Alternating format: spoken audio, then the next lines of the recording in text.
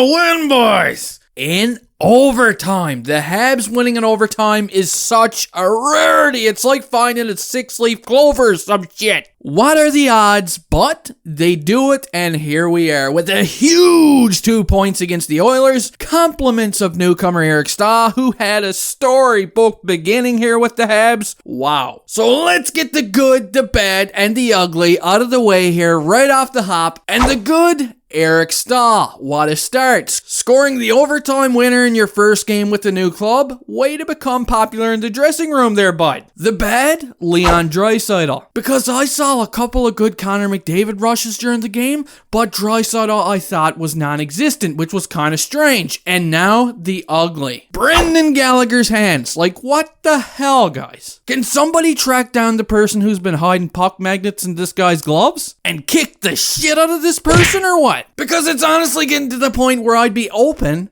to becoming a hand donor for Brendan Gallagher. Is that a thing yet? Where do I sign up? Poor Gally, I tell you. Everybody talks about the depth, but this is not an easy man to replace. You can replace the body, but you'll never replace the heart, guys. Alright, let's get on with the game review. So the first period starts, and it's all Habs. At one point, they're out shooting the Oilers like 14-2. Brendan Gallagher takes an Alexander Romanov slap shot right off the hand area and would leave the game. And you know the rest. Fractured thumb, shit. Now, despite playing a really good period, with about 3 minutes remaining, the Oilers actually get some pressure in the Habs zone. Jujhar Khaira comes in for a fourth line shift. He protects the puck well along the wall, plays hard in behind the Habs net, spins around and sends a cross-ice pass over towards Devon Shore, who makes no mistake and buries it on Carey Price, and this wasn't Price's fault. But you see, there were a couple of guys who I won't mention,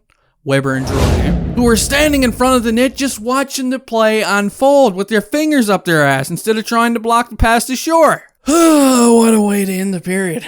Now into the second period, and this is a more even period in my opinion, with the Oilers getting quite a few chances against the Habs, and the Habs also getting some more sustained pressure in the Oilers zone, with guys like Anderson and Perry having some good shifts. But holy shit, Mike Smith is playing lights out, and I have to keep looking at the back of his jersey sometimes as I can't believe this is Mike Smith playing this good in his career at this age. The guy is going to be 82 on his birthday, and he's still the toughest goalie in the NHL. Anyway, the Habs get a power play, and shortly after the face-off, Suzuki loses the puck to Draisaitl, which leads to an Eric Staal hooking penalty, even though he had like one hand on his stick. Kinda weird, but hey, that's how it goes these days. You can still lick players though. Licking is fine. So yeah, the power play is erased rather quickly. We get back to some 5-on-5. Things are going good. And then boom! Joel Edmondson takes a penalty for hacking at Jesse Puljujarvi. And on this power play, Price absolutely robs Alex Chiasson. Things are looking good until, of course, things stop looking good. With only 10 seconds left to go in the period, Darnell Nurse fires a slap shot that beats Carey Price, and the Habs are now down 2-0 and about to head into the third period. And at this point, I'm thinking, yeah, the story of the night is supposed to be about how Eric Staal is a Hab, and it's all freaked up. But hang on a minute here.